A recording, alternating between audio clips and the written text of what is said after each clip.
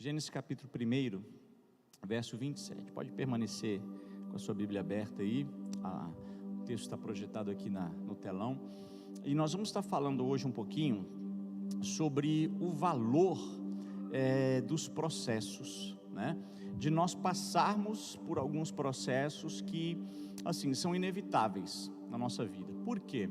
Porque Deus, Ele valoriza processos. Tudo aquilo que Deus, não tudo, mas geralmente, aquilo que Deus faz, Ele faz muito mais por meio de processos.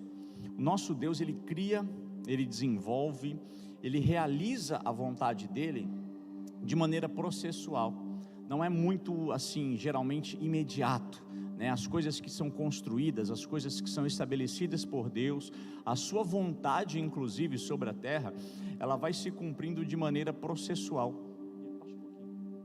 Ela vai se cumprindo de maneira processual, né? É algo que vai se desenvolvendo gradativamente. Nós vemos pela própria criação, quando Deus ele reforma a terra, mesmo sendo Ele todo poderoso, e podendo criar todas as coisas de uma maneira assim imediata e instantânea, o que nós percebemos? Nós percebemos essa construção gradativa, podendo realizar todas as coisas de uma só vez. Deus ele escolheu realizar a reforma da terra de modo processual. Ele reformou a terra em 6 dias, Ele descansa no 7º dia, e Ele deixa para nós aqui um memorial, né, um princípio, que Ele constrói através de processos geralmente. Nós vemos que a formação de muitos homens e mulheres de Deus se deu por intermédio de processos, não foi algo instantâneo. Davi, ele foi ungido em um momento, mas ele levou mais de 15 anos sendo preparado para se tornar rei. Da mesma forma, José, quando ele recebe um sonho, né, Deus dá a ele um sonho, Deus dá a ele visão, Deus mostra para ele o seu propósito. Só que para que ele pudesse experimentar esse propósito, para que ele pudesse de fato entrar no ambiente do cumprimento desse propósito, ele foi preparado por mais de 15 anos também.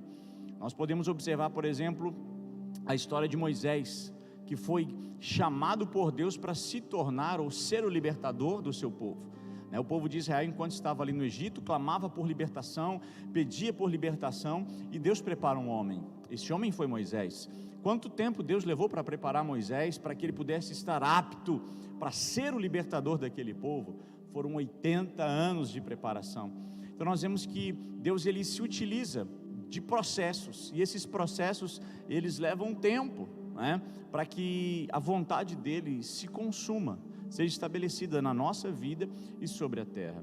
E particularmente, cada um de nós passamos por essa dinâmica, né? Por esse processo. Na nossa particularidade, na nossa vida, nós vamos também nos expondo à vontade de Deus, de modo que, de modo processual, ela vai se cumprindo na nossa vida. A questão é que quando nós temos clareza da vontade dEle, daquilo que Ele espera e daquilo que Ele quer, nós focamos na vontade dEle, porque nós sabemos que ela é boa, perfeita e agradável, amém? Só que às vezes, para que essa vontade, ela se cumpra, ela se estabeleça na nossa vida, os processos que nos levam a experimentar essa vontade, não são tão agradáveis assim. Eles podem nos fazer bem, né, no final, no cumprimento, na realização da vontade de Deus, porém passar por esse processo, muitas vezes não vai ser algo tão agradável. Então eu queria compartilhar com você exatamente essa dinâmica de Deus aí para a nossa vida. Vamos ler o versículo 27 de Gênesis capítulo 1. O texto diz assim: assim Deus criou o ser humano. Se você puder, você que estiver em casa aí, grifa o verbo criar. Assim Deus criou o ser humano. É interessante que esse verbo, no original hebraico, é bará, tá? Não é, esse verbo ele só pode ser atribuído exclusivamente a Deus. Por quê? Porque só Deus cria com esse verbo aqui. Bará significa criar do nada, criar de algo inexistente. Por exemplo, esse púlpito aqui, foi o Rodrigo que fez, né, Rodrigo? O Rodrigo fez esse púlpito aqui. Só que o Rodrigo, ele criou esse púlpito não como Deus cria, utilizando-se essa expressão criativa, o verbo bará. Por quê? Porque o Rodrigo pegou uma madeira que já existia, e então criou esse púlpito de algo que já existia, entende? Então o ser humano, de modo geral, só consegue criar. André, abaixa um pouquinho, por favor, o volume, geral. O ser humano só consegue criar de algo que já existe. Só Deus é capaz de criar do nada, daquilo que não existe. E nós vemos aqui exatamente essa dinâmica. Quando Deus ele cria o homem, ele cria nele mesmo, mas ele cria do nada, né? O texto diz: assim Deus criou, presta atenção, o ser humano, a sua imagem, e a imagem de Deus o criou, homem e mulher os criou. Numa outra versão diz assim: assim Deus criou o homem, macho e fêmea os criou. E a expressão homem, aqui também no hebraico, é Adam, que foi traduzida na nossa Bíblia como Adão. Olha que interessante, quando Deus cria o homem, ele cria esse homem, esse Adão ou Adam, macho e fêmea. Ele cria esse homem, macho e fêmea. Quando nós vemos aqui, lemos muitas vezes esse texto, nós acreditamos que Deus criou aqui o homem do gênero masculino. Não. Quando Deus cria Adão, ele cria a humanidade, tá? O ser humano, Adão, é a humanidade, é o ser humano, e não o homem em si, gênero masculino. Por quê? Porque essa humanidade é macho e fêmea. Quando Deus cria completo, entende? É uma unidade composta. Por quê? Quando o homem foi feito, e aqui gênero masculino, aonde estava a mulher? Onde estava a mulher? Nele, entende? A mulher já estava no homem, ou seja, houve um processo para que aquela mulher também fosse formada a partir de uma única criação. Vamos ler um texto aqui que nos dá a entender isso. Gênesis capítulo 2, versículo 7. Gênesis 2:7 diz assim: então o Senhor Deus formou o homem do pó da terra, e soprou nas suas narinas o fôlego de vida, e o homem se tornou alma vivente. Observe, no texto que nós lemos aqui no versículo 27 do capítulo 1, Deus cria o homem, a humanidade, Deus cria Adão. E aqui no versículo 7 do capítulo 2, Deus cria o homem, ou forma o homem, aqui o gênero masculino, tá? Existem esses dois verbos que Deus utiliza para a sua criação. Primeiro ele criou, depois ele formou. Por quê? Porque aquilo que é criado por Deus também precisa ser formado. Quando Deus cria, imagine esse exemplo, essa ilustração.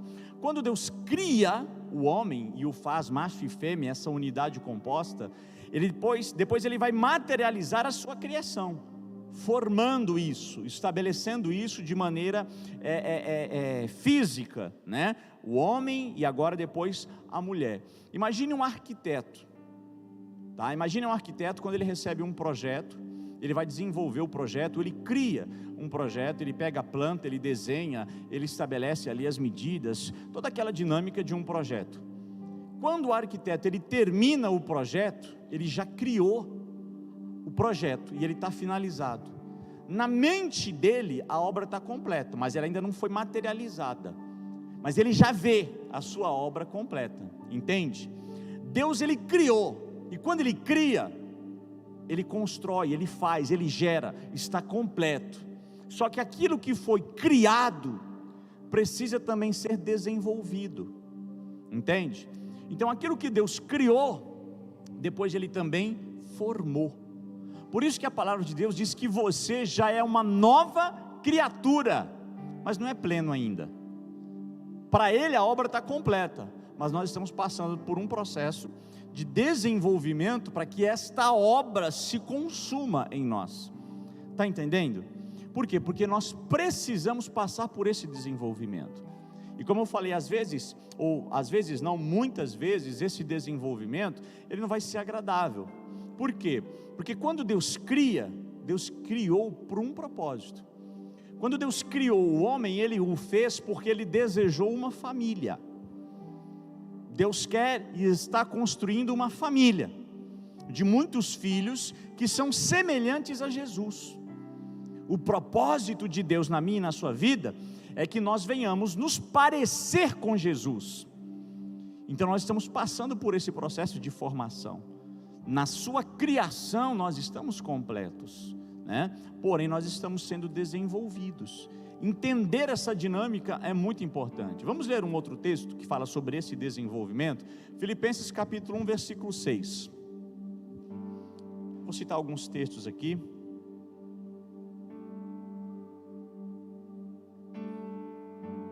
Filipenses capítulo 1, versículo 6, Paulo diz assim: eu estou certo de que aquele que começou boa obra, ou seja, o que Deus está fazendo na minha e na sua vida é muito bom, e aqui se refere a nós. Aquele que começou a boa obra em vocês, há de completá-la até o dia de Cristo Jesus. A questão é a seguinte: como eu usei essa ilustração, né, de um arquiteto que desenvolve um projeto, e quando ele desenvolve e termina aquele projeto, ele já tem em mente a obra pronta, aquilo que ele idealizou para ele está pronto, agora precisa ser construído, precisa ser formado. Então, de uma certa forma, num aspecto, essa obra está pronta, porém ela está sendo desenvolvida e formada, entende? O que Deus tem para mim e para você, para Ele já está pronto, nós estamos sendo desenvolvidos e formados. Só que Paulo, ele garante algo para mim e para você aqui, que esse Deus que começou esta boa obra na nossa vida, não é como muitos construtores que nós vemos por aí, ou muitas pessoas. Você já passou por algum lugar e viu grandes obras inacabadas pela metade? Prédios, né, que parecem prédios fantasmas ali abandonados. Alguém começou uma obra, alguém começou uma construção e por alguma razão não pôde dar continuidade, abandonou. Deus, ele não é assim, Ele não faz assim comigo, com você. Ou seja, se Ele começou, até o dia de Cristo, Ele vai concluir na minha e na sua vida aquilo que Ele começou, amém? Agora, como que se desenvolve esse processo? Como eu falei, Ele já começou, e aquilo que Ele começou, para Ele está pronto, mas em mim e em você precisa ser desenvolvido. Vamos ler um outro texto, e esse texto eu gosto muito, 1 João capítulo 3, versículo 2 e 3. 1 João capítulo 3, versículo 2 e 3. Ele é bem esclarecedor nesse processo de formação, né, na minha e na sua vida, e ele também revela qual é o fim daquilo que Deus quer fazer. João, ele diz assim: olha, amados, agora somos filhos de Deus. Você que recebeu a Cristo como Senhor e Salvador da sua vida, de fato teve uma revelação da sua natureza pecaminosa, se arrependeu genuinamente, entregou sua vida a Jesus, você recebeu a Cristo como Senhor e Salvador da sua vida, e hoje desenvolve essa salvação por meio da santificação, por meio de uma vida de santidade. Então a pessoa que recebe Cristo como Senhor e Salvador da sua vida, ela se torna filha de Deus. Alguém esses dias me fez essa pergunta: pastor, todo mundo é filho de Deus? Não é todo mundo filho de Deus. O próprio Jesus falou que todos quanto o receberam e nele creem, precisam receber e crer. E o verbo crer ali, ele é no presente, o seu tempo ali é presente. Creem no sentido de continuar crendo. Não se trata de um momento, eu recebi uma vez e ponto. Não, eu continuo a minha caminhada com Jesus. Então aqueles que o recebem e permanecem fiéis a Ele, deu-lhes o poder de se tornarem filhos de Deus. Então o que nós vemos João falando aqui? Que quando nós recebemos a Cristo, dessa forma como diz a palavra, nós nos tornamos filhos de Deus. E nós já falamos várias vezes aqui sobre essas expressões, ou sobre essa expressão Filho de Deus aqui na Escritura.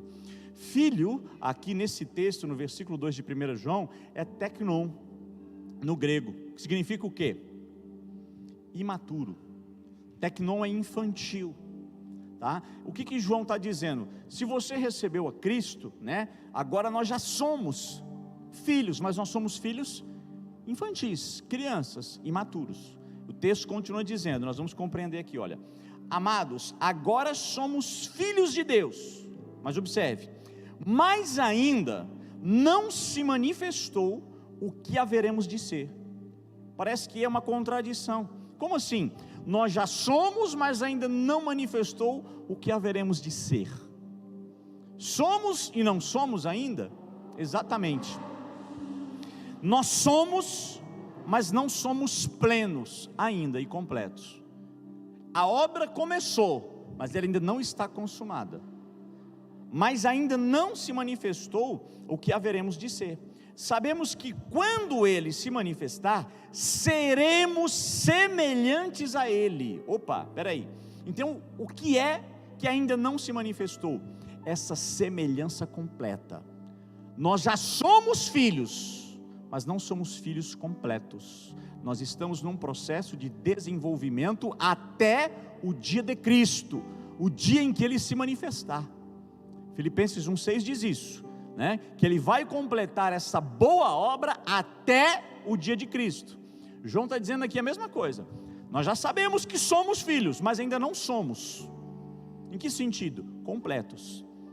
Porém, esta obra, ela não será completa no dia, ela será consumada no dia. Por quê? Porque ela está sendo completada dia após dia, nesse processo de formação, de desenvolvimento até lá. Como nós já falamos aqui algumas vezes, nós fomos salvos, estamos sendo salvos e seremos salvos. Fomos salvos no Espírito, justificados. Estamos sendo salvos na alma, santificados, e seremos salvos no corpo, glorificados.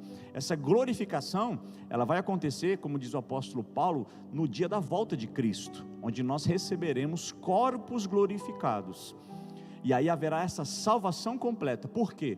Porque assim como Ele é, nós também o veremos, assim como Ele é, nós também seremos, no nosso corpo, alma e espírito. Vamos ler mais uma vez, desde o início esse texto, versículo 2, de 1 João capítulo 3. Amados, agora somos filhos de Deus, mas ainda não se manifestou o que haveremos de ser.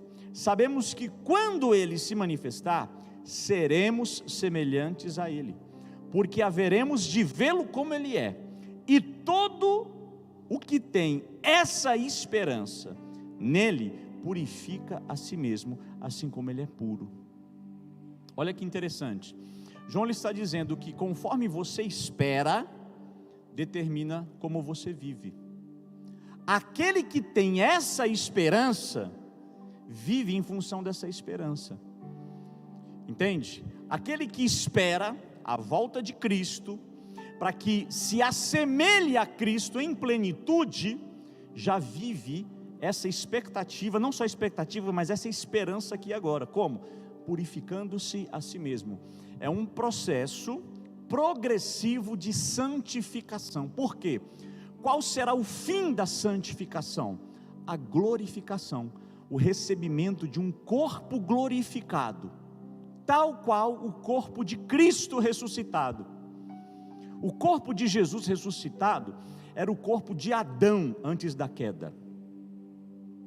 Assim como Adão caiu como homem e perdeu a imagem do seu Criador, Jesus veio trazer essa redenção ao homem e ao cosmos, ao mundo, como homem. E após a sua ressurreição, ele tem um corpo glorificado. Esse corpo glorificado, ele come, ele dorme, ele atravessa paredes. Você vê a experiência de Jesus, 40 dias com os seus discípulos. Entende? Então, se nós temos essa esperança, nós vivemos ou devemos viver em função dessa esperança. Como? Purificando cada um de nós a nós mesmos. Entende? A questão é, será que de fato nós esperamos isso? Porque a salvação, como eu já falei aqui, ela é progressiva.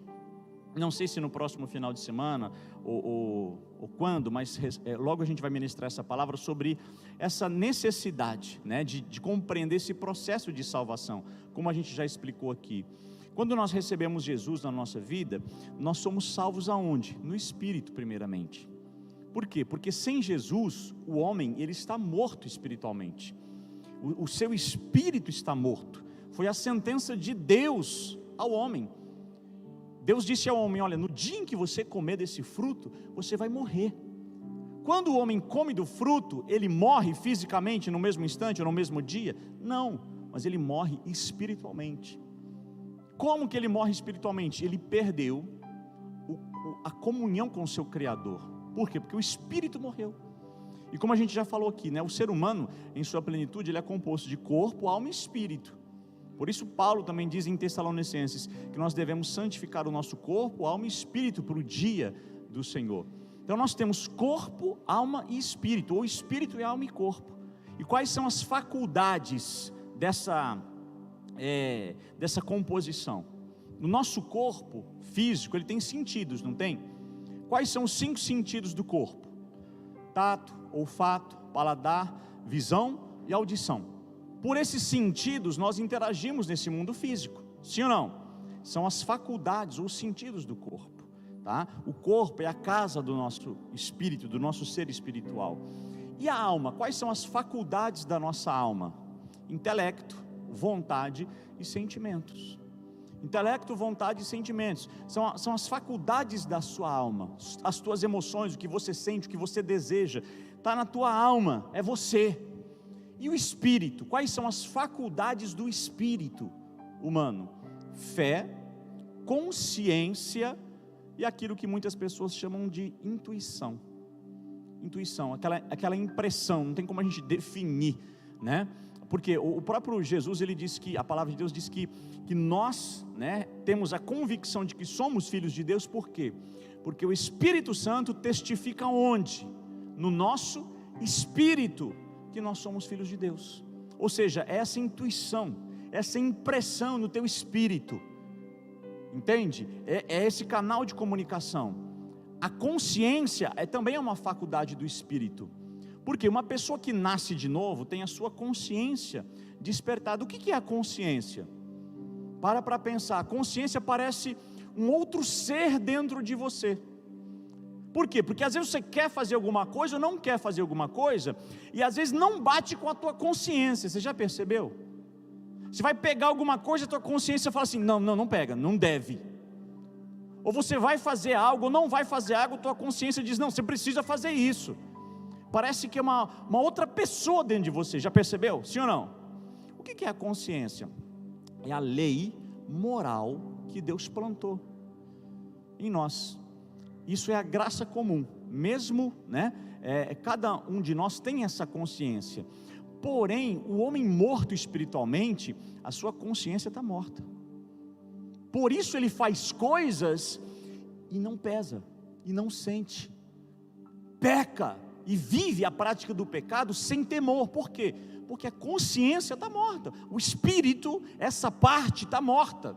Agora, quando você nasce de novo, você já percebeu que você nunca mais peca gostoso?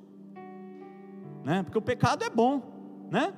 O ser humano, a natureza caída do ser humano, ela quer se alimentar do pecado. Mas a consciência já não deixa mais. Por quê? Porque o espírito vai falar na consciência. Entende? Vai falar no nosso espírito. E a fé é uma faculdade também do nosso espírito. A fé. A fé é essa convicção no nosso Criador, no nosso Deus. Então, quando nós recebemos a Cristo, o nosso espírito é vivificado. Nascemos de novo. É o que João capítulo 3 fala. Que é necessário que o homem venha nascer de novo, da água e do espírito. O novo nascimento. Então o espírito é vivificado, é ressuscitado. A partir do momento que o espírito é vivificado, uma pessoa que nasceu de novo, ela se torna o quê? Filha de Deus. Ela se torna filha de Deus. E é interessante isso. No dia 19, agora de agosto, nós vamos começar uma série anote aí você que está em casa também, uma série de mensagens aqui no Tempo Aceitável, chamada Mais do que Seguidores, o caminho para a cruz, mais do que seguidores. Serão 4 quintas-feiras, exclusivamente às quintas-feiras, tá bom? Então, se você não tem o hábito de estar conosco aqui às quintas-feiras, esteja, crie esse hábito, vamos estar juntos aqui. Quinta-feira, mais do que seguidores, a partir do dia 19, serão 4 quintas-feiras, e nós vamos estar ministrando com base em um livro, que eu já recomendei aqui para a igreja algumas vezes, chamado O Discípulo, tá? Aqueles que quiserem, depois entrem em contato, a gente disponibiliza esse livro também em PDF, é fácil aí, é gratuito, e é um livro baratinho também, você pode comprar, um livro de quase meio século, porém ele é muito atual, é um dos primeiros livros que eu li, foi um dos primeiros livros que eu li, e me marcou muito. E quem lê esse livro, costumo dizer isso, quem lê esse livro, fala assim, nossa, olha ali, 70, 80% do que o pastor André prega, está nesse livro, me marcou demais. E tem uma parte desse livro que eu acho muito interessante, que o autor, Juan Carlos Ortiz, ele fala sobre os escravos norte-americanos. Se você pegar a história, né, dos escravos norte-americanos, eles falavam muito a respeito do céu, da eternidade. Eles compunham e cantavam muitas canções falando do céu, da eternidade. Por quê? Porque só existe uma forma de um escravo ser liberto. Qual é a forma? Morrendo. Morrendo. Um escravo só é liberto quando ele morre. E no reino de Deus, o que acontece? Para você fazer parte do reino de Deus, você não é, digamos assim, você não entra como penetra, você precisa nascer no reino. Então preste atenção, para que nós venhamos ser cidadãos do reino, primeiro, nós precisamos morrer para esse mundo, para sermos libertos dele, e agora morrendo para esse mundo, nascer no reino de Deus, e agora deixamos então de ser escravos, para nascer no reino de Deus, e nos tornamos filhos de Deus. Esse livro fala muito sobre isso. Então os escravos norte-americanos, eles cantavam muitas canções, por quê? Porque tinham a esperança de serem libertos desse jugo de escravidão, e a morte era esse canal de libertação, e com essa perspectiva de nascer no reino de Deus, agora. Então quando nós recebemos a Cristo, o nosso espírito nasce, nós nascemos no reino, é o primeiro aspecto da salvação, fomos salvos, e depois disso, não para por aí, porque uma pessoa que diz, olha, fui salva, e não demonstra isso, não, ela não foi salva. Por quê? Porque as obras não salvam, mas elas revelam a salvação. Não necessariamente quem pratica está salvo, mas todo salvo pratica, o que a Bíblia chama de santificação. O que é a santificação? É a evidência da salvação. Ou seja, nós fomos salvos no Espírito e agora seremos salvos, ou estamos sendo salvos na nossa alma, processo de santificação. Nós somos justificados e agora estamos sendo santificados, aonde o nosso intelecto, a nossa vontade e os nossos sentimentos estão sendo submetidos à vontade do Espírito, que agora habita em nós. Com o nosso espírito morto, o Espírito Santo não habita em nós. Então quem é que nos controla? A nossa alma, a nossa carne, a nossa vontade, as nossas concupiscências, os nossos desejos, os nossos sentimentos. O pecado nos domina. Agora, quando nascemos de novo, começa uma batalha em nosso interior. O apóstolo Paulo diz que a partir do novo nascimento, o pecado já não tem domínio sobre nós, mas ele está em nós. Sem o novo nascimento, o pecado nos domina. Nascidos de novo, o pecado já não tem domínio sobre nós. Por quê? Porque estamos no processo de santificação, submetendo a nossa alma à vontade do Espírito. Processo progressivo de formação de Cristo em nós. Aonde vai culminar a santificação? Na glorificação, na volta de Cristo. Se estivermos vivos, quando Ele voltar, teremos corpos transformados. Se não estivermos, os nossos corpos serão glorificados e nós iremos encontrar o Senhor nas nuvens, diz a palavra, com corpos glorificados. Ou seja, a santificação da alma será consumada, e agora a alma foi salva, e será agora a glorificação do o nosso corpo também será salvo.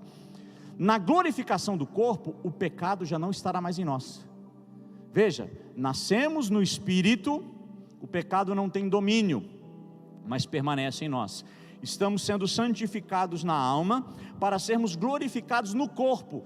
Quando houver essa glorificação, o pecado será retirado de nós. Entende? É a salvação completa. Por isso Paulo disse em Filipenses capítulo 2, versículo 12: desenvolvei a vossa salvação. O problema é que a gente acredita, ou acreditou durante muito tempo, que a salvação é um fim, é obra final. Você prega para a pessoa, você salva, a pessoa aceitou Jesus, acabou. Não, está começando. Salvação não é linha de chegada, é ponto de partida. Entende? E vai finalizar essa obra com o corpo glorificado que nós receberemos. Observe o que Jesus fala em João capítulo 3, versículo 16. Não precisa pôr não, que eu tenho certeza que você sabe de cor.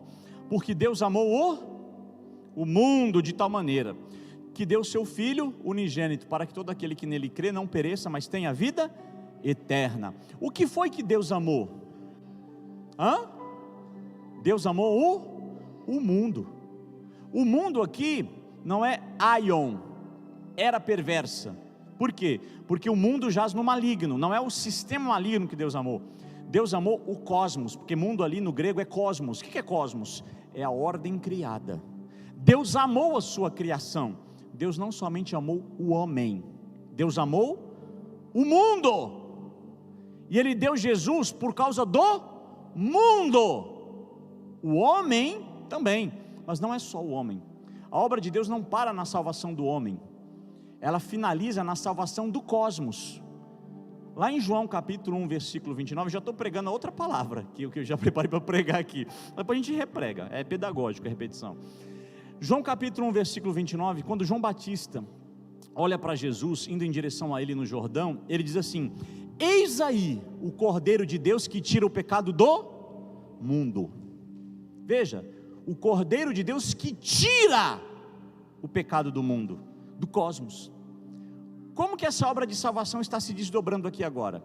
Nós estamos sendo santificados, o pecado não tem domínio sobre nós. Seremos glorificados, o pecado será retirado de nós. Para quê? Para que agora, depois que Cristo voltar, o pecado será retirado de nós, porque receberemos corpos glorificados. E vai ser estabelecido sobre essa terra o reino dele. Lá em Jerusalém, fisicamente, na cidade de Davi, haverá um trono, e o nosso Messias vai reinar aqui nessa terra, e nós reinaremos com ele durante 1000 anos. Não iremos para o céu, é o céu que vai vir para a terra, é o que está escrito. E o que vai acontecer durante o milênio? Cristo, Jesus e a sua noiva, a igreja, vai fazer o quê? Remir a terra, consumar a obra. Assim como o primeiro casal, Adão e Eva, o homem e a mulher, tinham que cultivar a terra e manifestar e estabelecer o reino de Deus sobre essa terra, porém eles falharam na missão. O último casal, Jesus e a sua noiva, durante 1000 anos, vai fazer exatamente o que o primeiro casal não fez: estabelecer o reino, o governo de Deus sobre essa terra. Durante o milênio, o que o rei vai fazer? Tirar o pecado do mundo. Por quê? Porque por causa do homem, o cosmos se corrompeu. Quando Adão caiu, o cosmos se rebelou. Então agora, Deus não está salvando o mundo para salvar o homem. Por quê? Porque o mundo estava submetido à autoridade do homem. Então primeiro Deus está salvando o homem, para depois com o homem que tem autoridade sobre o mundo, salvar o mundo, tirar o pecado do mundo. Entende? Então esse é o processo que nós estamos vivendo aqui agora. João capítulo 1, versículo 29, vai se cumprir no final do milênio, quando Jesus, corregendo a terra, comigo e com você, ele vai tirar o pecado não só do homem, mas do mundo. Foi porque para isso que ele morreu. Então o pecado será retirado de nós, quando recebermos corpos glorificados, para depois ser tirado também do mundo. E sabe como que se consuma essa obra? depois que o pecado for tirado do mundo. E sabe por que que Jesus tirará o pecado do mundo cosmos? Após 1000 anos, ele vai lançar Satanás, todos os seus rebeldes ainda após o milênio, no lago de fogo, juntamente com todos os rebeldes, como diz as Escrituras. E Apocalipse 22, versículo 3, se não me engano, o Deus Pai descerá sobre essa terra. Ele vai remir a terra, purificar a terra. Sabe, Gênesis capítulo 1 e 2 vai agora ser estabelecido em Apocalipse 21 e 22. Tal qual o Criador descia e andava na terra com a sua criação, será estabelecido novamente. O Deus Pai morará nessa terra conosco. A cidade santa descerá e será estabelecida aqui sobre essa terra. E observe, eu costumo dizer isso, né? Jesus veio para que o Espírito Santo viesse e nos santificasse. Então Jesus veio para que o Espírito Santo viesse. O Espírito veio para que Jesus volte. E Jesus vai voltar para que o Pai venha. É a obra da Trindade. Jesus veio para que o Espírito Santo viesse. O Espírito Santo veio para que Jesus volte. E Jesus vai voltar para que o Pai venha. Essa é a obra da salvação que está sendo desenvolvida. Entende? Então nós estamos sendo santificados e seremos glorificados. A gente vai falar mais sobre isso, né, nessa próxima ministração que nós vamos fazer. Vamos ler um texto aqui, 1 Coríntios 5,17.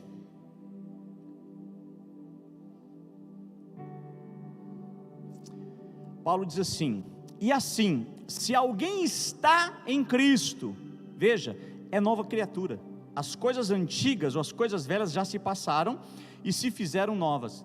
Em outra versão diz, tudo se fez novo. Quando você recebeu a Cristo, como eu falei, você se tornou uma nova criatura. E o que quando você olha para você, tudo se fez novo? Não. Aqui, aos nossos olhos não, mas no Espírito sim. Por quê? Porque essa obra está pronta no Espírito. E o que está acontecendo? Ela está sendo desenvolvida aqui agora, por meio desse processo. E qual é o fim dessa obra, como eu falei aqui agora? Romanos 8, 28, vamos ler esse texto.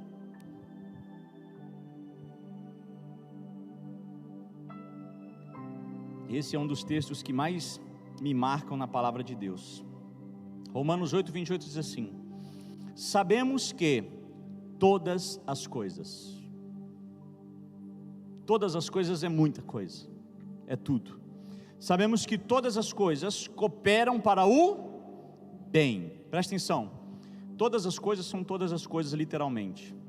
E bem não é necessariamente bom. Bem é um resultado. Bem é um produto final. Nem tudo que faz bem é necessariamente bom. Jesus não prometeu que tudo seria bom, mas que tudo faria bem. Para todo mundo? Não. Bem daqueles que, primeiro, amam a Deus, e daqueles que são chamados segundo o seu propósito. Nem tudo faz bem para todo mundo, mas tudo fará bem, primeiro, para aqueles que amam a Deus, e para aqueles que são chamados segundo o seu propósito. Pois aqueles que Deus de antemão conheceu, Ele também predestinou, grifa isso na sua Bíblia, para serem conformes à imagem de seu Filho, a fim de que ele seja o primogênito entre muitos irmãos. O que Deus quer? Uma família. O que Ele está formando? Uma família. E como que Ele está desenvolvendo os filhos? Por meio de um processo. Qual é o propósito? O texto está dizendo aqui: aqueles que amam a Deus e são chamados segundo o seu propósito. Que propósito?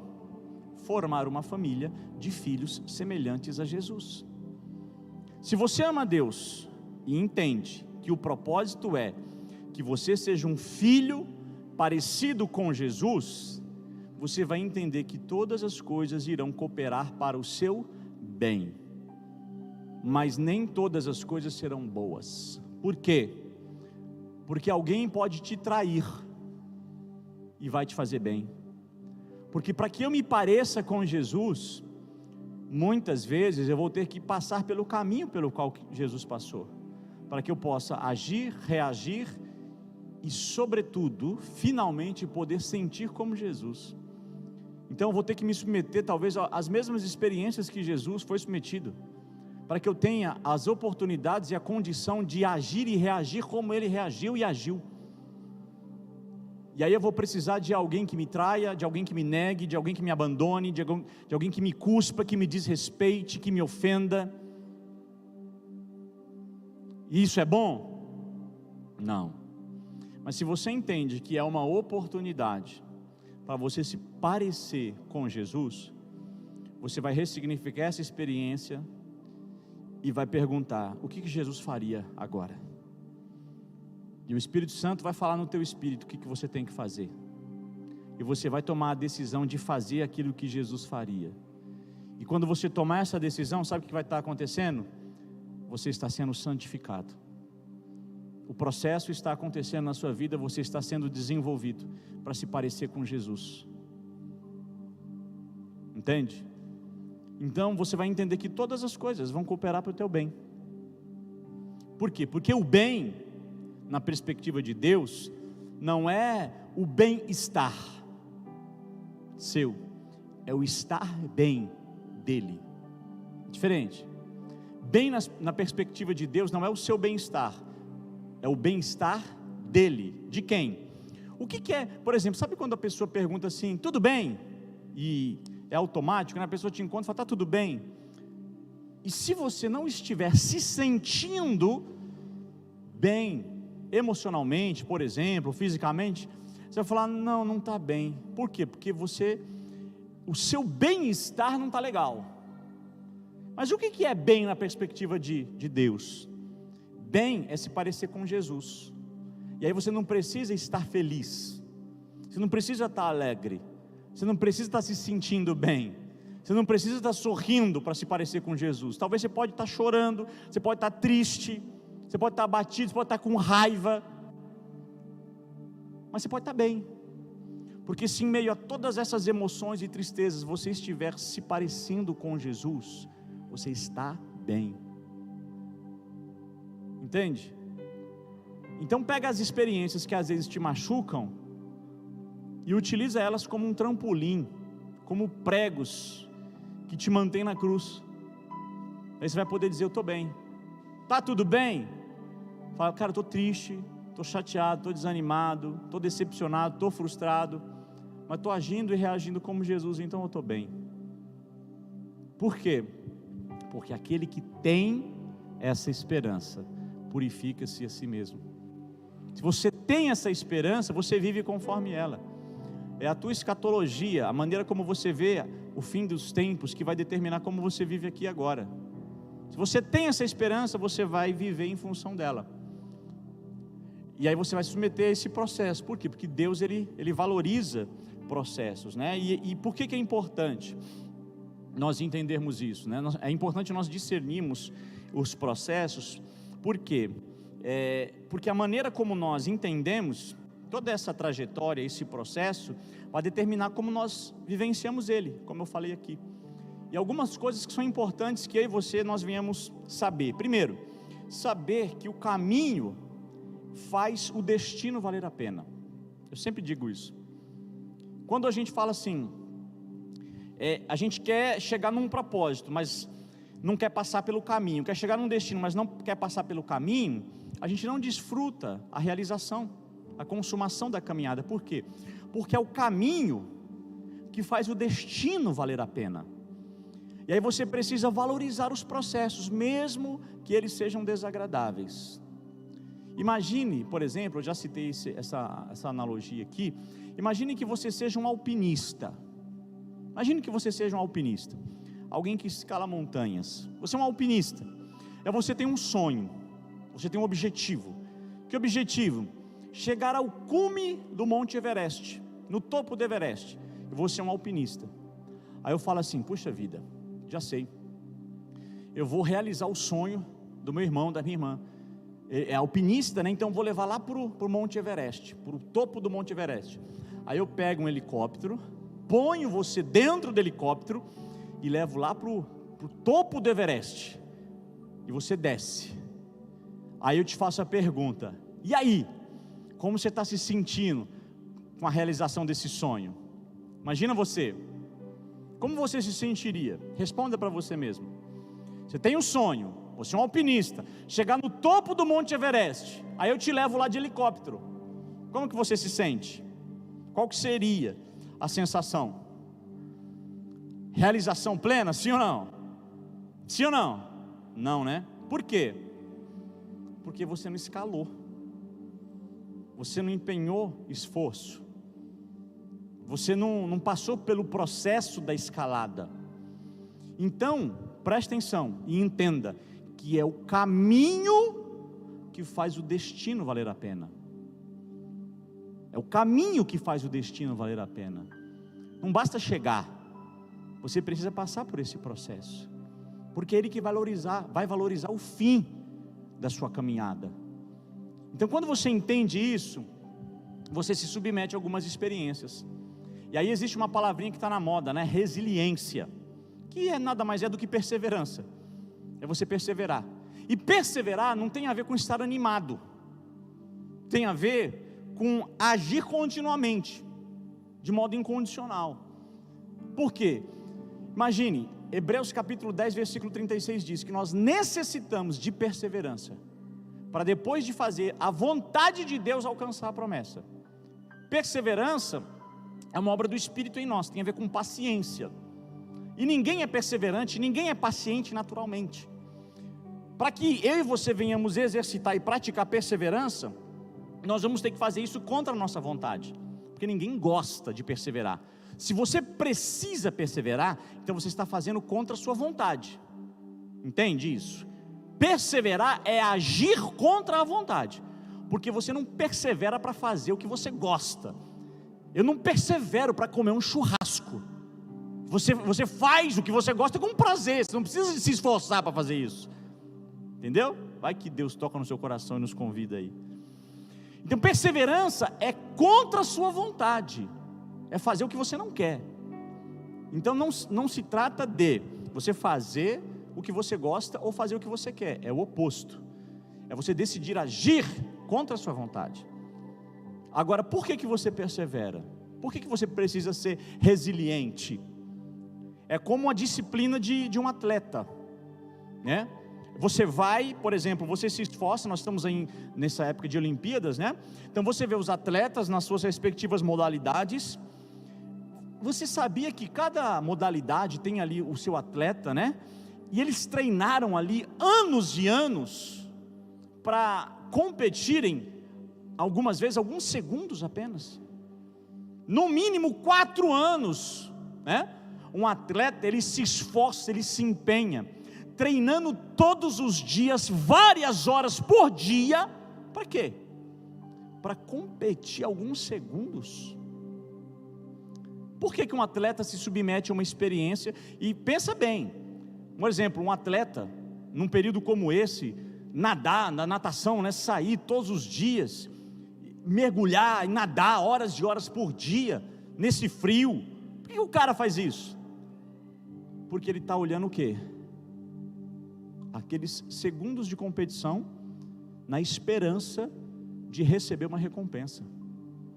Como que você passa por um processo assim?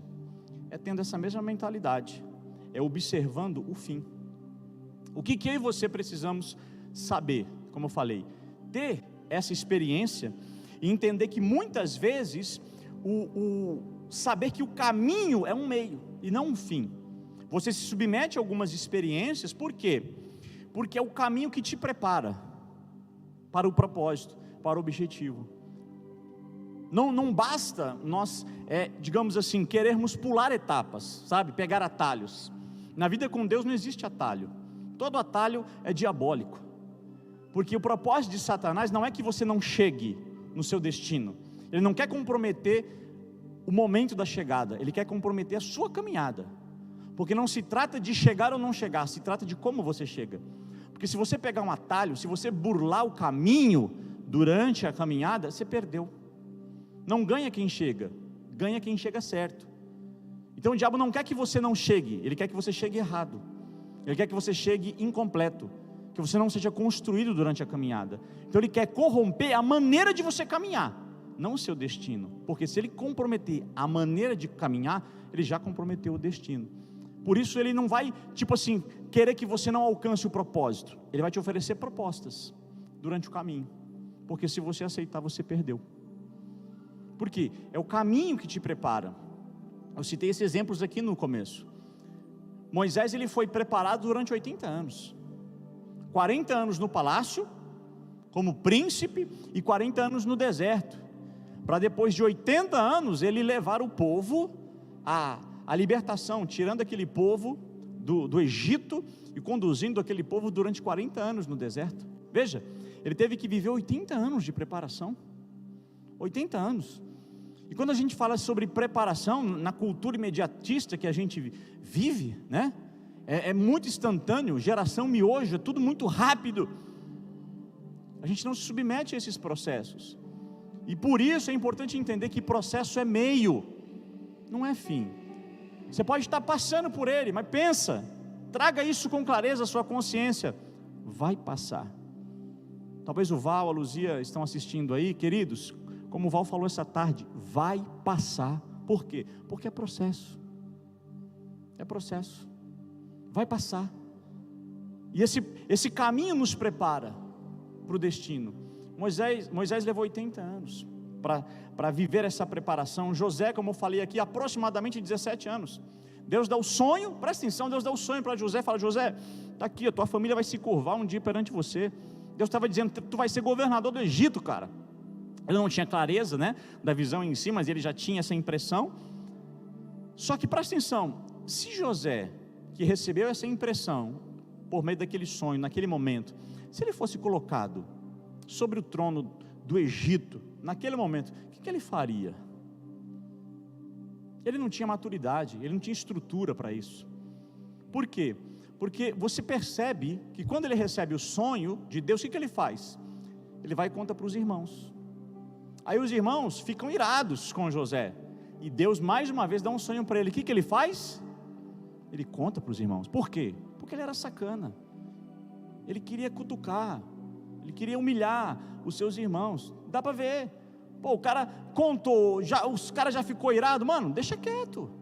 Não, mas ele queria, entendeu? Ele não tinha estrutura para servir. E aí o que Deus faz? Fala assim: cara, até que esse é o teu propósito, mas você precisa passar por um processo para ficar pronto para ele. Se eu te colocar lá agora, tu mata teus irmãos, cara. Então assim, quer saber? Eu vou te humilhar. Você vai ser vendido, você vai ser um escravo, você vai ser preso. Durante toda essa caminhada, o coração de José foi trabalhado. Quando ele estava na prisão, depois da mulher do Potifar se engraçar com ele, e ele manter-se fiel ali, e ser lançado na prisão injustamente, ele chega para o copeiro, depois de revelar os sonhos para o copeiro, e fala assim: quando você sair daqui, se lembra de mim. Por quê? Porque eu fui traído pela minha família, fui abandonado pela minha família, estou aqui injustamente, eu sou um coitado, cara, estou cheio de injustiça aqui, fizeram muito mal para mim. Veja, a traição de fato aconteceu, ele foi vendido como escravo, só que o significado que ele estava dando para a experiência, era um significado segundo a perspectiva dele: mimizento, eu sou dodói, me feriram, eu sou injustiçado. Aí ele fica ali 2 anos, e o copeiro não lembra dele. Quando o faraó tem o sonho, e o copeiro lembra dele, não lembra da dor dele. O copeiro lembra o quê? Do dom dele. Você não tem que ser lembrado pela sua dor, você tem que ser lembrado, apesar da sua dor, pelo seu dom. Não fique se lamentando para que você seja queridinho, afagado, não, sirva, independente disso. Por quê? Porque o copeiro lembrou do dom dele, não da dor dele. Ele foi esquecido, diz a Bíblia, na prisão, porque ele queria ser lembrado pela dor. Quando ele foi lembrado pelo dom, presta atenção, é porque ele ressignificou a experiência que ele teve no passado. Porque depois que ele reencontra os seus irmãos, ele diz: não precisam ter medo, porque não foram vocês que me enviaram. Veja, na prisão, o que ele diz para o copeiro? Meus irmãos me enviaram para cá. E no trono, o que ele diz? Não foi vocês que me enviaram. A mesma experiência. Ele foi traído? Foi, mas ele deu um significado diferente. Por quê? Porque durante o processo ele foi preparado para o trono. Quando ele entendeu que Deus, por meio de todas as tragédias, estava preparando ele para aquele momento, ele agradeceu até os seus irmãos. Ele não se vingou dos seus irmãos, ele falou: não foram vocês que me enviaram, foi Deus que usou vocês. É pesado isso, não é? Você falar que Deus vai usar quem te trai, é porque Ele está formando Cristo em você. Deus vai usar quem te persegue, por isso Jesus olha para Judas e fala assim: meu amigo. Pedro, ele falou assim: para trás de mim, Satanás. Por quê? Porque Pedro queria que Jesus não fosse para a cruz, estava pensando no bem de Jesus. Jesus, você não merece, você é tão bonzinho, se compadeça, tenha compaixão de ti mesmo, foi a expressão de Pedro. Veja se não é o linguajar do mundo de hoje. Você merece ser feliz, pensa primeiro em você, você merece ser feliz. Quem diz isso, querido? É Satanás. Você tem que ser fiel. Por quê? Porque para Pedro, Jesus disse: para trás de mim, Satanás. E para Judas, que mandou ele para a cruz: com um beijo você trai o Filho do Homem, meu amigo. Por quê? Porque Pedro, apesar de uma boa motivação, estava querendo tirar Jesus do seu propósito. E Judas, mesmo traindo, estava colocando Jesus para o seu propósito. E qual que é o meu e o seu propósito? Não é a gente se parecer com Jesus, sim ou não? Aí pronto. Por isso que às vezes o Evangelho, quando ele nos traz essa revelação, ele nos confronta muito. E muitas pessoas acabam não compreendendo e não aceitando. E é um direito que essas pessoas têm. É um direito que essas pessoas têm. Porque Jesus disse isso. E vocês não podem ir comigo até o fim, não. Vocês têm certeza? Quando Jesus estava multiplicando pães e peixes ali, compartilhando, né, e havendo aquela multiplicação, é interessante a expressão que a Escritura diz, que diz assim: vendo ele que uma grande multidão o seguia, começou a dizer assim: olha, aquele que quiser caminhar comigo tem que comer da minha carne, tem que beber do meu sangue, falando de aliança, de comprometimento. E o texto diz que a partir dessa palavra muitos discípulos começaram a abandonar Jesus. Veja, Jesus percebe que tem muita gente caminhando com Ele, e intencionalmente Ele começa a falar: cara, acho que vocês não estão entendendo, tem muita gente aqui me seguindo, hein? Alguma coisa está errada, será que vocês estão prontos para morrer mesmo? Deixa eu esclarecer para vocês aqui é cruz, mano. Aí muita gente começa a voltar atrás. Aí Ele olha para Pedro e fala: viu, você não quer ir embora também? Há uns tempos atrás, uma pessoa chegou e falou para mim: pastor, mas você manda as pessoas embora da igreja? Eu falei: cara, Jesus mandava também. Eu não mando não, mas Jesus falou para Pedro: você não quer ir junto, Pedro? Vai. Por quê? Porque não se trata de qualquer outro movimento que não seja o cumprimento de um propósito. Pedro falou assim: dura essa palavra, mas para onde que eu vou? É a palavra de vida eterna. Se eu quiser, a verdade é essa. Se eu quiser um compromisso genuíno, é esse. Agora, se eu quiser tipo um clube, se eu quiser um negócio mais de boa, vai para o shopping, vai para o parque, vai qualquer outra coisa. Agora, o que a palavra de Deus nos propõe é a cruz, é o caminho da cruz.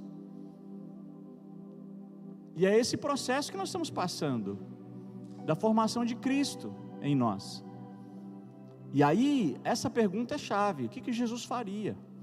Como se comportar? Qual é o aspecto de semelhança?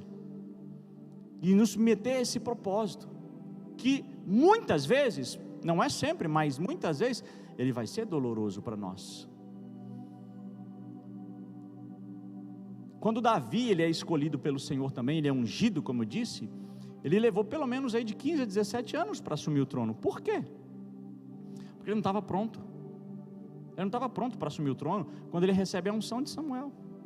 Ele foi forjado nos desertos, nas cavernas, principalmente enquanto perseguido. Então ele passou por um processo. Agora olha a diferença, presta atenção, olha a diferença de Davi, o segundo rei de Israel, que passou por um processo, do primeiro rei de Israel, Saul. Saul foi escolhido e ungido e assumiu o trono instantaneamente. O que aconteceu com Saul? Perdeu o trono. Por quê? Porque não passou por nenhum processo, não soube valorizar o fim, porque não foi preparado. Davi disse: eu perco tudo, até o trono, mas eu não perco a presença, não quero perder a presença. E Saul? Não quero perder o trono. E ele ficou no trono sem a presença, rejeitado por Deus. Por quê? Porque não soube valorizar, por causa do processo. Porque durante o processo, o que Davi descobriu? Que mais do que todas as coisas, ele precisava da presença do Senhor. Saul não passou por essa experiência. Ele não foi perseguido, não foi rejeitado, não foi maltratado. Então ele olhava só para ele. Davi não. Davi sabia o valor de ser sustentado por Deus quando faltava tudo. Então ele falou: eu posso perder tudo, menos a tua presença, Senhor. Não retires de mim o teu espírito, não me lances fora da tua presença. E olha só, não sei se você já percebeu isso, como eu falei aqui, até foi bom porque serve como uma reflexão para isso que eu vou ler. Jesus, o propósito final dele é a remissão dessa terra, é tirar o pecado do mundo, não só do homem. Então ele veio resgatar o que o homem perdeu. Observe a sutileza da tentação de Satanás. Por quê? Porque quando o homem peca, o homem perde a autoridade sobre o cosmos, sobre a criação. A quem o homem entrega essa autoridade? A quem? A Satanás. E Jesus veio para resgatar essa autoridade. Observe o diabo, a sugestão do diabo quando ele tenta Jesus. Mateus capítulo 8, versículo 8 e 9. Vamos ler esse texto. Capítulo 4, perdão. Mateus capítulo 4, verso 8 e 9.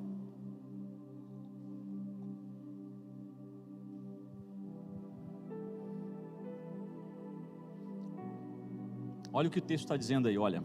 O diabo ainda levou Jesus a um monte muito alto. Mostrou-lhe o quê? Todos os reinos do mundo e a glória deles. E disse: tudo isso lhe darei, se prostrado você me adorar. Jesus não disse para o diabo: mentiroso, isso não é seu. Era dele, por quê? Porque o homem deu. Todos os reinos do mundo, o que o diabo ofereceu? Eu te darei. Jesus não veio para receber de graça, ele veio para conquistar. Qual que é a sutileza da tentação? Jesus, está aqui, você não veio retomar os reinos do mundo? Toma, sem passar pela cruz. Toma, sem passar pelo processo. Aqui, não é para isso que você veio? Para resgatar? Te dou tudo, sem você precisar passar por nenhum processo, nem pela cruz. Vamos ler um outro texto aqui, Apocalipse 11:15. Na volta de Cristo, ao soar da 7ª trombeta, no estabelecimento do reino dele sobre essa terra, olha o que a Escritura diz para nós. Apocalipse 11:15. O 7º anjo. A estrutura de Apocalipse, só uma introdução aqui, a estrutura de Apocalipse são 21 juízos de Deus, 21, os 7 selos, as 7 trombetas e as 7 taças, tá? O primeiro selo é o aparecimento do anticristo, início da grande tribulação, tá bom? O primeiro selo é esse, aí vem o desatar de outros selos, que são juízos de Deus sobre a terra, não sobre a igreja, sobre a terra. A igreja sofrerá perseguição, os juízos de Deus é sobre a terra. Então serão 21 juízos. Primeiro 7 selos, depois 7 trombetas e por fim 7 taças da ira do Cordeiro. Segundo a Escritura, Jesus volta no soar da 7ª trombeta.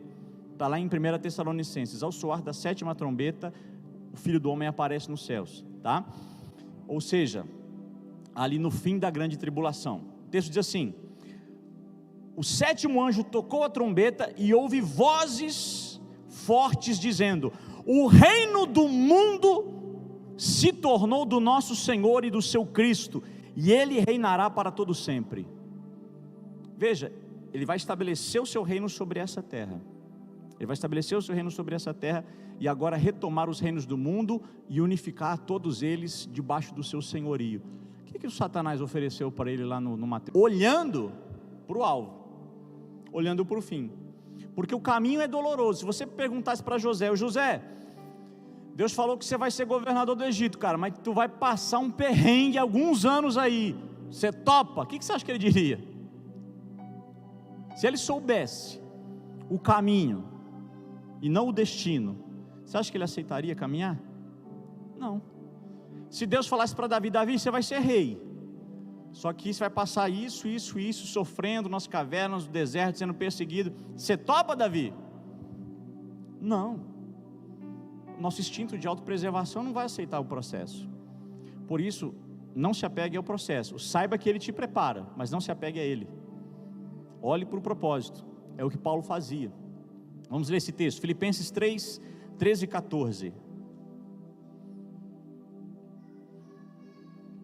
Filipenses 3, 13 e 14 diz assim: irmãos, quanto a mim, não julgo havê-lo alcançado, mas uma coisa faço. Presta atenção, o que Paulo fazia? Uma coisa faço, esquecendo-me das coisas que ficam para trás, e avançando para as que estão diante, e não adiante de mim. Prossigo para o alvo, para o prêmio da soberana vocação de Deus em Cristo Jesus. Paulo não disse: eu me esqueço das coisas que para trás ficam e avanço para as que estão adiante de mim, tipo lá na frente. Paulo diz: eu esqueço das coisas que para trás ficam e avanço para as que estão aqui na minha cara.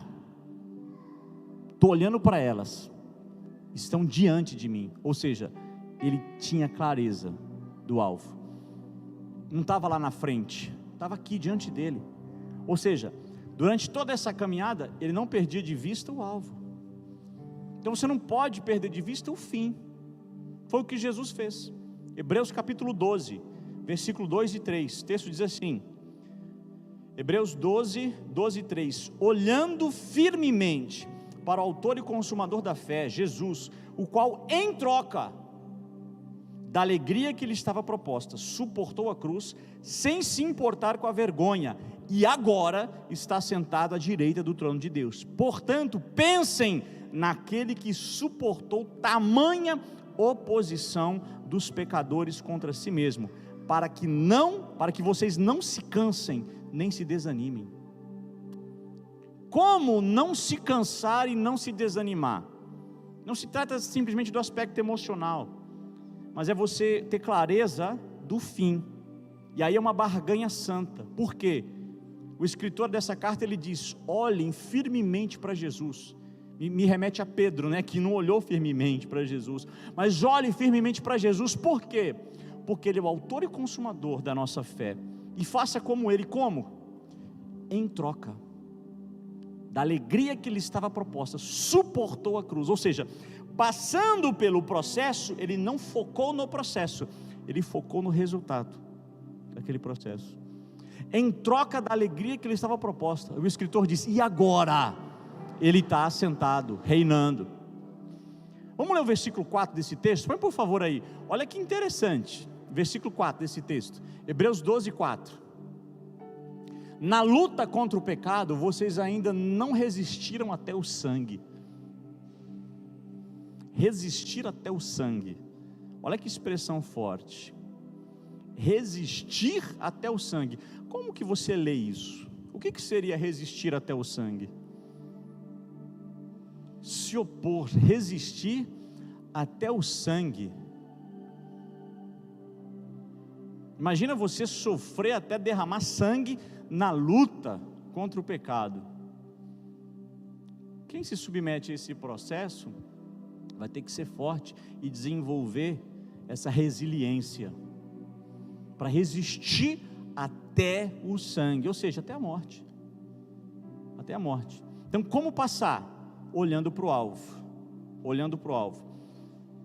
Não abrindo mão, do alvo. E sabendo que você está na mão de Deus.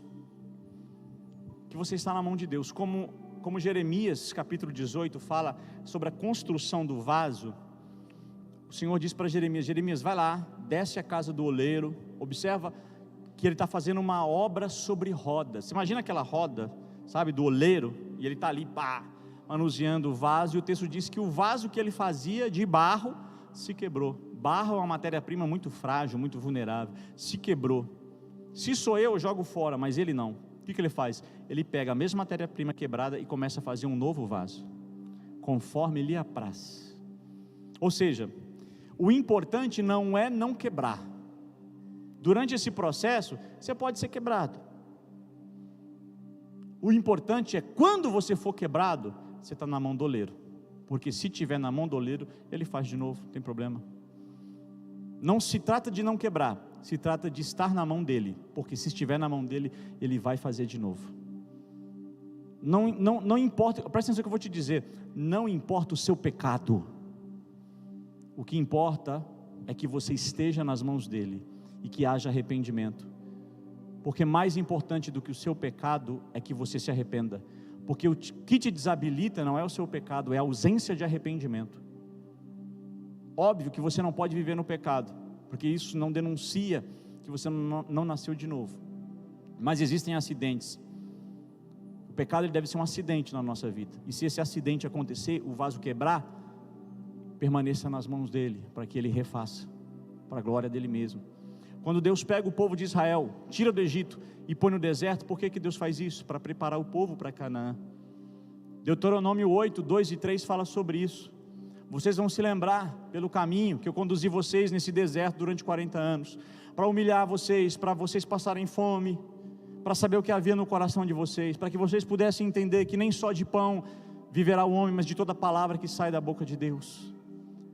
Ou seja, construir uma identidade, uma mentalidade de dependência de Deus. 40 anos isso levou. E quanto tempo nós estamos aqui? Há quanto tempo de nascido de novo você tem? Quanto tempo de convertido você tem? Quanto tempo nós temos? Esses dias eu fiz um postzinho com essa expressão: eu não ouço, eu não vejo, eu não sinto, mas eu sei. Eu creio que Jó lhe disse isso, ele quis dizer isso. Jó 19, 25. Quando nós lemos a história de Jó, logo no começo nós vemos que existe ali uma proposta do diabo para que Jó pudesse blasfemar contra Deus. Existe uma acusação. O próprio Satanás diz: mas ele te adora porque você dá as coisas a ele tem tudo, ele está bem pra caramba, tira tudo. Deus, conhecendo o coração de Jó, falou assim: eu sei que ele não me adora por causa disso, vai lá e toca tudo, mas não toca na vida dele. Jó perde, presta atenção, Jó perde 10 filhos, faltaram mãos para segurar os caixões. 10 filhos ele perde, 500 juntas de boi, 500 juntas de jumenta, 3.000 camelos e 7.000 ovelhas. Ele perde tudo de uma vez só. Se não bastasse isso, ele perde a saúde. A mulher dele fala para ele: amaldiçoa esse Deus e morre. Ele fala assim: cara, você está louca. Nu saí do ventre da minha mãe, nu tornarei para lá. O Senhor deu, o Senhor tomou, bendito seja o nome do Senhor. Com 10 filhos mortos. Sabe o que é interessante? Que em nenhum momento Jó falou: a culpa é de Deus. Em nenhum momento Jó falou: a culpa é do diabo. Ele nem sabia que o diabo existia. Jó contemporâneo de Abraão. Quando você começa a ler a história de Jó, você sabe que o diabo está ali fazendo aquela proposta e tentando ele, mas ele nunca soube, ele morreu sem saber. Ele morreu sem saber. Por isso que eu falei, ele morreu sem sentir, sem ouvir, sem ver, mas ele sabia. O que ele sabia? Jó 19, 25, põe por favor. Jó 19, 25. Pois eu sei que o meu Redentor vive e por fim se levantará sobre a terra. Ele não via, não ouvia e não sentia, mas ele sabia. E por que ele sabia? Como que ele sabia? O que ele sabia não dependia dos sentidos, não dependia do que ele ouvia, do que ele via, do que ele sentia. O que ele sabia dependia do quê? A confiança de Jó não estava no que ele via, não estava no que ele ouvia, não estava no que ele sentia, porque tudo isso era contrário para ele, tudo isso era desanimador. Onde estava a confiança de Jó? Estava numa certeza, numa convicção. O que é que ele sabia? Sabe o que ele sabia? Que Deus é bom. É isso que ele sabia. Ele não confiava em nada, senão no caráter de Deus. Olha essa fé, você confiar no caráter. Você confiar no caráter. É quando os teus sentidos dizem uma coisa, mas a confiança no caráter te revela outra. Isso me remete à experiência que eu já contei aqui algumas vezes, quando a Kezinha passou por aquele exame de eletroneuromiografia, naquela fase difícil que nós passamos, e ela teve que deitar numa maca, né, filha? E passar por esse processo de receber várias agulhadas, agulha desse tamanho assim, todo o corpo, deitadinha ali na maca, recebendo várias agulhadas, e o aparelho ligando, e ela recebendo choque. E toda vez durante esse processo de exame, quando ela ia fazer exame de sangue, ela estendia a mão para mim segurar a mão dela, é a segurança do pai. E nesse exame, a gente procurando um diagnóstico, por conta da situação que vinha acontecendo, a perca dos movimentos do corpo, ninguém sabia o que era, ela chorando, gritando, desesperada, estendeu a mão, tomando um choque de agulha do alto da cabeça à ponta do pé. Eu fui estender a mão para pegar, a médica gritou: não segura, senão vai comprometer o exame, porque passa, sei lá, energia. E aí eu recolhi a mão e fiquei olhando para ela, e ela chorando. Só que eu tenho uma convicção de que o sentido dela dizia: papai não segurou minha mão, mas eu tenho certeza que ela não duvidou do meu amor por ela, porque eu não estendi a mão, porque eu amo ela, para não comprometer o processo, porque eu sei que faria bem para ela. Difícil para o pai? Sem dúvida.